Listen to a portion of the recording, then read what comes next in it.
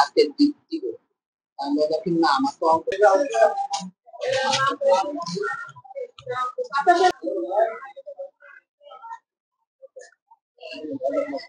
ভাইয়ার সাথে পরিস্থিতি নেই। 16/8/2023 খ্রিস্টাব্দ তারিখে আমি অত্র বিদ্যালয়ের সহকারী প্রধান শিক্ষক হিসেবে যোগদান করি। আমি যোগদানের পর জানতে পারি অত্র বিদ্যালয়ের পদত্যাগকারী প্রধান শিক্ষক বিদ্যালয়ের বিরুদ্ধে মিথ্যা মামলা দায়ের করেছেন, যা চলমান। মামলা নং 13/8/18, যা পরবর্তীতে গত 20/11/2025 খ্রিস্টাব্দ তারিখ সবকিছু পর্যালোচনা পূর্বক বিজ্ঞ আদালত খারিজ করে দেয়। পরবর্তীতে তিনি ঘোলা পানিতে মাছ শিকার করার জন্য অদৃশ্য শক্তি বলে গত 24/5/2025 খ্রিস্টাব্দ তারিখ সম্পূর্ণ বেআইনি ভাবে কোন বৈধ কাগজপত্র ব্যতীত বিদ্যালয়ে প্রবেশ করেন এবং আমাকে জোরপূর্বক প্রধান শিক্ষকের কক্ষ থেকে বের করে দেন সকল শিক্ষক কর্মচারীর সামনে। তিনি এত জঘন্য ব্যবহার করেন যা একজন শিক্ষক হিসেবে আমি উল্লেখ করতে পারছি না। তিনি বিদ্যালয়ের অফিস সহকারীকে হাজিরা খাতায় তার নাম লিখতে বলেন। তিনি বিদ্যালয়ের অফিস সহকারী অশিক্ষিতভাবে জানালে তাকে লাথি মেরে বের করে দিতে চান।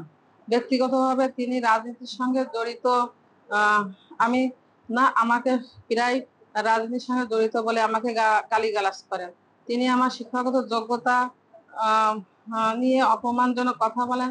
আমার শিক্ষক কর্মচারী দক্ষ হওয়া সত্ত্বেও তাদেরকে অত্যন্ত জঘন্যভাবে আলাপ করেন। বিগত 21/7/2025 খ্রিস্টাব্দ তারিখ যখন তিনি অত্যন্ত জঘন্য অন্যায় কথা বলেন, আমি আমার শিক্ষক কর্মচারী ইউনো মহোদয়ের কাছে আমরা যাই একটা কাজ নিয়ে, তখন তিনি শিক্ষার্থীদের দিয়ে সাদা কাগজ স্বাক্ষর করান, যেটা শিক্ষার্থীরা তাদের অভিভাবকদের জানায়। অভিভাবকরা তখন বিদ্যালয়ে এসে স্বাক্ষর দেওয়ার কারণ জানতে চাইলে তিনি কোনো সদুত্তর দিতে পারেনি। তখন অভিভাবক ও শিক্ষার্থীরা তোপের মুখে পড়ে বিদ্যালয় ত্যাগ করেন। পরবর্তীতে তিনি আমার শিক্ষকগণ স্থানীয় কিছু ব্যক্তিদের বিরুদ্ধে লোহাগড়া থানায় মিথ্যা মামলা করেন। তিনি বিগত 23/7/2025 তারিখ বিকাল 5টায় অসৎ উদ্দেশ্যে বিদ্যালয়ের 4th শ্রেণী কর্মচারী ইকরামের কে সাথে নিয়ে কর্তৃপক্ষের অনুমতি ছাড়া বিদ্যালয়ে প্রবেশ করে। আমিও আমার শিক্ষক কর্মচারী নৈশ প্রহরী ব্যতীত বিদ্যালয়ে উপস্থিত ছিলাম না, শুধু নৈশ প্রহরী মোবারক ছিল। বিদ্যালয়ে প্রবেশ করে নৈশ প্রহরীকে মোবারক হোসেনকে কাছ থেকে চাবি চাওয়ার চেয়ে জোর করে। তখন বিদ্যালয়ের ছোট ছোট স্থানীয় বাচ্চারা খেলাধুলা করছে, তাদেরকে তিনি অকথ্য ভাষায় গালিগালাজ করে বলে সে পায় না, কিন্তু উনি তখন আমি জানতে পারি যে উনি স্বেচ্ছা পদত্যাগ করে উনি চলে গেছেন এবং উনি একটা কোর্টে মামলাও করেছেন। তারপরে ওনাকে আমি স্কুলের কিছু ডকুমেন্টস, কিছু জিনিসপত্র যা ওনার কাছে ছিল সেইগুলোকে আনার জন্য ওনাকে বারংবার পোস্ট অফিসের মাধ্যমে ওনাকে পত্র দেই। পত্র দিলে উনি মাঝে একবার আসেন, আসার পরে উনি কিছু জিনিস দিয়ে যায় এবং সেটা তালিকাভুক্ত আছে স্কুলে। এবং বাকি যে ওনার টাকা 4,65,000 টাকার মতো প্রায়, যেটা আছে কি যে উনি কোনো হিসাব দেয় নাই, যেটা আমাদের কোর্টে সেটা আমাদের সে দেওয়া আছে। তার পরবর্তীতে আমি যখন সভাপতির দায়িত্ব পালন করি সেই সময় কেস চলে।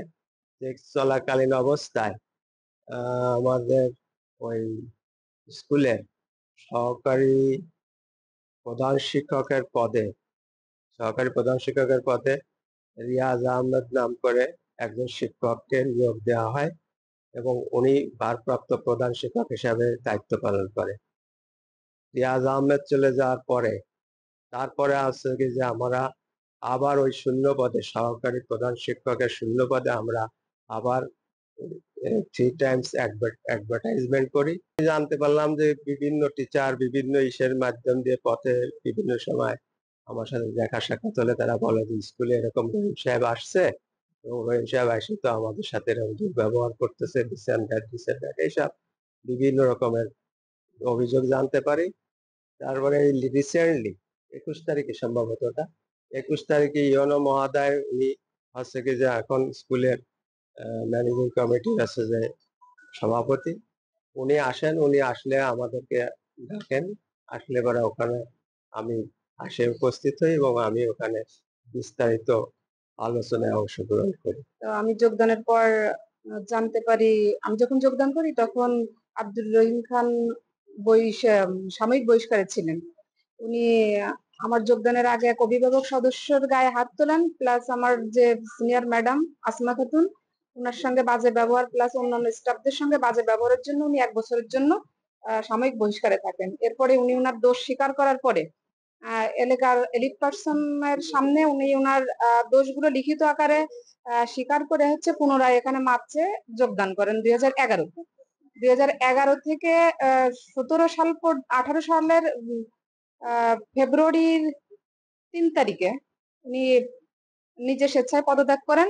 এর ভিতরে এই 11 থেকে 17 পর্যন্ত উনি যদিও বা 11 সালে মার্চে এখানে আসছিলেন, তারপরেও উনি ওনার যে ব্যবহারের যে পুনরাবৃত্তি এগুলো আবার অনবরত ঘটাতে থাকেন।